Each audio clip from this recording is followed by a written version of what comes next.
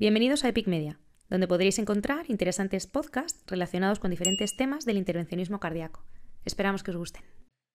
En cuanto a la cirugía coronaria, todavía hay tres aspectos que no están completamente resueltos. La primera de ellas sería la ventaja o desventaja del uso de terapias percutáneas en la enfermedad del tronco coronario izquierdo frente a la cirugía coronaria convencional. La segunda es la cirugía coronaria sin bomba frente a la cirugía bajo circulación extracorpórea. Y el tercer objeto de debate sería la ventaja o desventaja del uso de injertos arteriales para todas las derivaciones frente al uso concomitante de injertos venosos.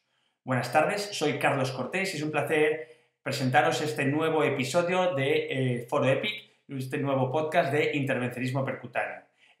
Hoy vamos a hablar de este registro, de este metaanálisis presentado recientemente en JACC acerca de la cirugía de reconstrucción coronaria llevada a cabo por injertos arteriales totales.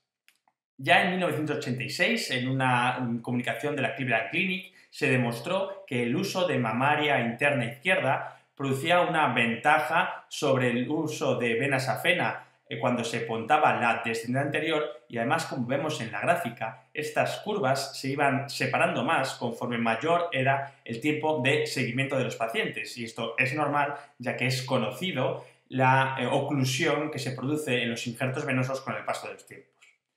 En 1996, también la Cleveland Clinic también demostró que el uso de dos injertos arteriales frente a uno solo también producía una ventaja en la supervivencia en este seguimiento a 2 años. De nuevo, las curvas se van separando más conforme mayor es el tiempo de evolución. A partir de ahí, ha habido múltiples metaanálisis y múltiples registros en los que se ha comparado el utilizar un injerto arterial aislado frente a uno o más injertos arteriales. A pesar de esta fuerte evidencia, todavía solo alrededor del 5% de las cirugías coronarias en Estados Unidos se realizan únicamente con injertos arteriales y al 10% de las cirugías en Europa. Es decir, en el 95% y el 90% respectivamente seguimos utilizando injertos venosos. Vamos a ver la evidencia de esta terapia. El objetivo de este trabajo fue evaluar la supervivencia a largo plazo del beneficio de la reconstrucción quirúrgica completa con injertos arteriales, frente al uso también de injertos venosos. Para ello se hizo un metaanálisis utilizando las fuentes de Medline, Envase y la Crocan, con una fecha límite de búsqueda hasta el 21 de mayo de 2021 y con estos términos MES que vemos en pantalla. Los criterios de elegibilidad fueron que fuera una reconstrucción arterial total, la denominaron TAR, cuando no existía ningún injerto venoso. Los criterios predefinidos era que fuera una cavicha aislada, no cirugía valvular concomitante, mínimo 2 injertos por paciente, que se hubiera hecho un análisis comparativo entre una estrategia arterial total frente a no, que se hayan reportado las causas de mortalidad, sus hazard ratio o en su defecto las curvas de Kaplan-Meier, que el tamaño muestral para poder incluir en el estudio sea al menos 100 pacientes por brazo, y los estudios que pudieron ser elegibles fueron estudios aleatorizados, balanceados mediante propensity score o estudios observacionales con ajustes multivariables. Los métodos, en la parte suplementaria, los autores reportan este checklist de Prisma Checklist, en el que reportan dónde colocan cada uno de los diferentes ítems. Esto es muy importante a nivel metodológico porque da mucha robustez a cualquier metaanálisis. Es un aspecto que siempre tenemos que buscar para ver si han sido sistemáticos a la hora de realizar esta revisión sistemática y este metaanálisis. Un total de 2.055 estudios se identificaron en un primer periodo y finalmente fueron incluidos 23 estudios. Es importante recalcar que de estos estudios vamos a encontrarnos una diferencia que los autores también recalcan y estudian por separado. Los 6 primeros que tenemos aquí son estudios multicéntricos nacionales, en las que fueron registros habitualmente ajustados por propensity score para valorar lo que se hacía en cada país. El resto de estudios fueron estudios unicéntricos en el que, de nuevo, el método de ajuste más utilizado fue el propensity score. Vemos aquí en el funnel plot cómo existe una ausencia de sesgo de publicación, cómo todos los estudios están repartidos conforme a sus hazard ratios, y en el Eggers test vemos que no es significativo, con lo cual entendemos que no hay un sesgo de publicación en este metaanálisis.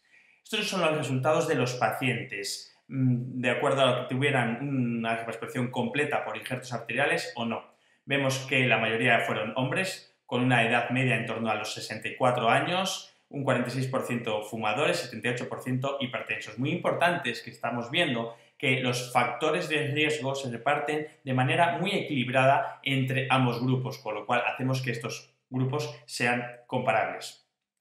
Lo primero que se hizo fue valorar ese análisis mediante metaanálisis, valga la redundancia, de los estudios unicéntricos y vimos que obteníamos una hazard ratio con un modelo de efectos aleatorios de 0,77 a favor de una represcripción completa con injertos arteriales.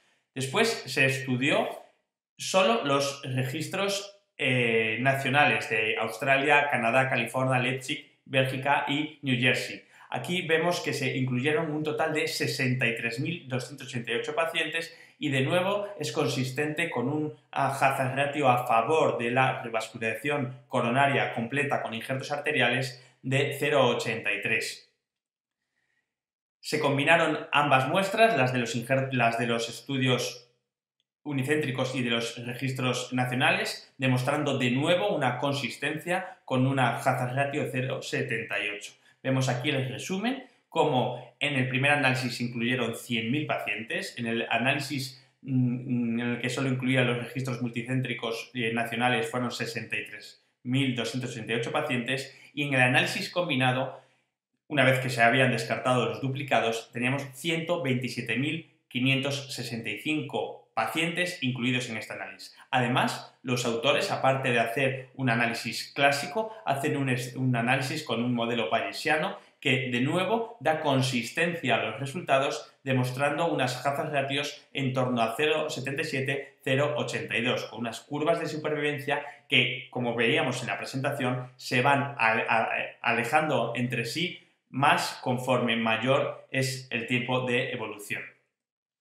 La conclusión de los autores es que en esta evaluación metaanalítica, evaluación mediante cortes emparejadas y análisis bayesiano de larga data, son concordantes en mostrar un beneficio en la supervivencia de la revascularización quirúrgica completa con injertos arteriales.